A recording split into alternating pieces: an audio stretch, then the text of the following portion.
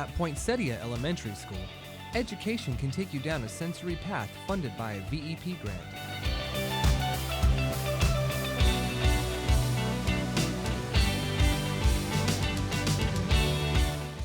Students get a break from classroom learning to get outside and be physical.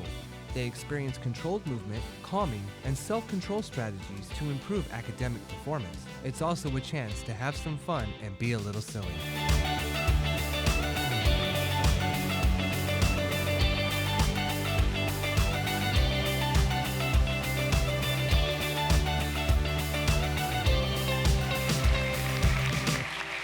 So where do ideas come from? That's what I've been thinking about a lot in preparation for speaking with you tonight.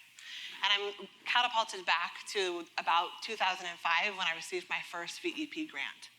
I was teaching at Balboa Middle School, surly, hormone-prone, whiny, difficult young people, and it was the best time of my life. I absolutely adore all of that angst. And I had gone to this training, groundbreaking, the absolute tuning fork for me in terms of the kind of instruction I wanted to do in my class, called Teaching for Deep Understanding, or the Visible Thinking Strategies, making thinking visible in the classroom. And I was on fire.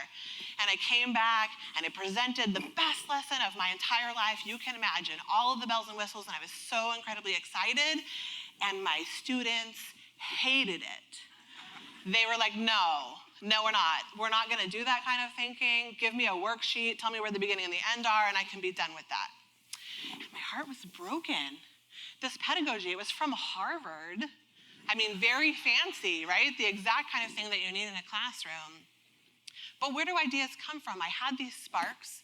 I couldn't give this up. This was the best thing that I had seen for myself as an educator. I couldn't give it up, but my students were not having it. And so I got the email. The little spark that hit the fuel, that was the email that said there was a VEP grant available. And I went out and I placed my VEP grant in the hands of the world, and I got funded, and boxes started to arrive. And I opened the box in front of the students, and I got out these magical supplies. And I said to the student, I want to let you write in sparkly gel pen that smells like strawberries. I really do. But I can only do that if you promise to tell me what's going on in this image and what makes you say that. I want you to provide evidence. I want you to think deeply. And then I will let you write on fluorescent orange paper instead of white paper. And really, VEP, you funded an amazing trick, which is the best way to get students to do what you want. And it was the spark of those original ideas that I had. And your work as donors and as VEP people and as the school district that really allowed that spark of idea to ignite into this great fire of learning for my students. So it began with a problem, really, this idea, the problem that I needed to solve. And the same thing was true at Poinsettia with this amazing sensory path. So students, back in 2005, there were no cell phones. There was no social media, and it was still really hard. And now there are all of these competing factors. And for me, one of the things I notice about Poinsettia is I'm not as concerned with distracted driving as I am with distracted parenting. And because my students at Poinsettia, lots of people think they know about what Poinsettia is like. They think they have an idea of Poinsettia. But our children are being raised with a lack of attention.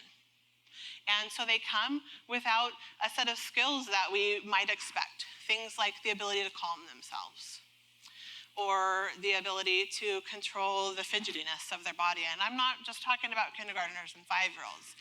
Really, probably my high school educator friends in the audience are agreeing that it's that generation as well.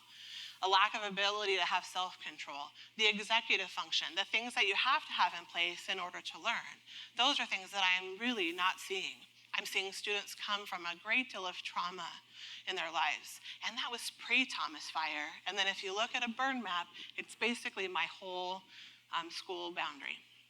So add on top of that all this stress, all the difficulty. We all feel stressed. We rushed to get here today probably. We were feeling stressed as we arrived, another thing to do.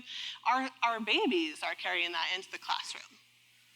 And then sit down and learn. And that was just not working. my teachers at Poinsettia, they're veteran and they're remarkable. And they have this giant bag of tricks.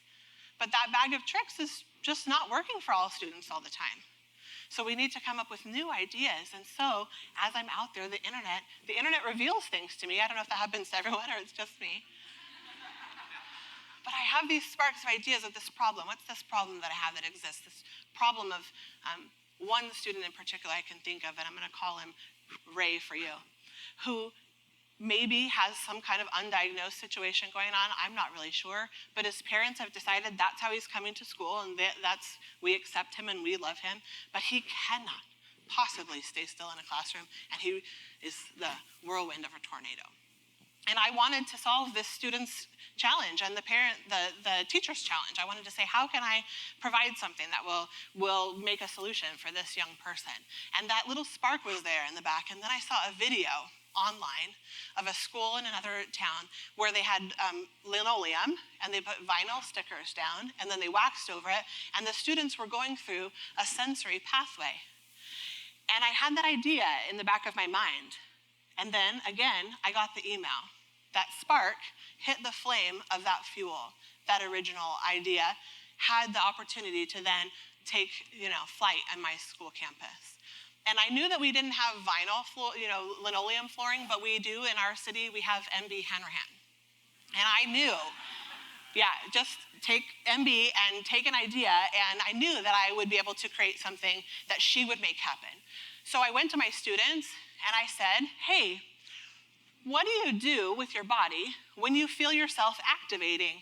And we say when you're in the yellow, you're a little bit too hyper-vibed, and you need to come back down to green, ready to learn. And they said things like, we hop and we skip and we jump. And one student said, I think about hanging 10 on my surfboard, so Ventura. And he had just moved from Temecula, so I think that was kind of there. And so my students, they came up with all of these ideas, all of these various ideas. And then we got together our occupational therapist from the school district, our school psychologist, all of these professionals, teachers, people who know what they're actually talking about, not just me, because it's just an idea, the people who know what they're talking about. And we laid out a plan for our pathway that would activate and calm a student 3 times. Where does it start? Wherever they need it to. Where does it end? Wherever they need it to. How do they get to go there? When they need to. It's not a punishment, it's a solution. So a student may say, hey, Mrs. Smith, I can tell I'm in the blue zone. I'm feeling sad and I'm kind of depressed and I'm feeling lethargic. Maybe I'm too tired. I need to go out and use a sensory path. And then another day, a teacher might say, hey, it must be a full moon because all of you are a little bit wobbly. And we can predict the full moon without even the calendar. But you're feeling a little bit wobbly. And as a class, we're all going to go out together.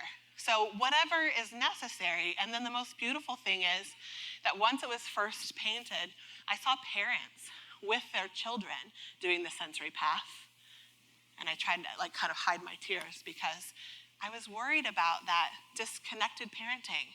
And I was seeing through the sensory path something I didn't ever expect, which was a reconnection between students and their parents, who in many cases all went to Poinsettia. And they loved this installation. Kids are doing it. Teachers are doing it. Occasionally a principal does it. And really, where do these ideas come from? They're a spark. And sparks are fantastic that we have these sparks and they're out there.